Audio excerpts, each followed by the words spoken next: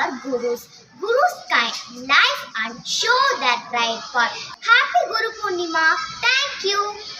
Thank you, teacher, for supporting us. Thank you, teacher, for loving us. எங்களை நல்வழிப்படுத்தும் அனைத்து ஆசிரியர்களுக்கும் குரு பூர்ணிமா வாழ்த்துக்கள்.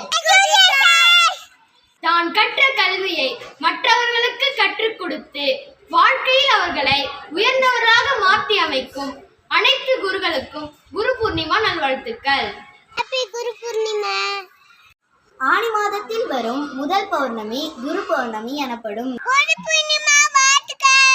I like you, teacher. Should always obey and respect our gurus. They motivate and inspire us to work hard.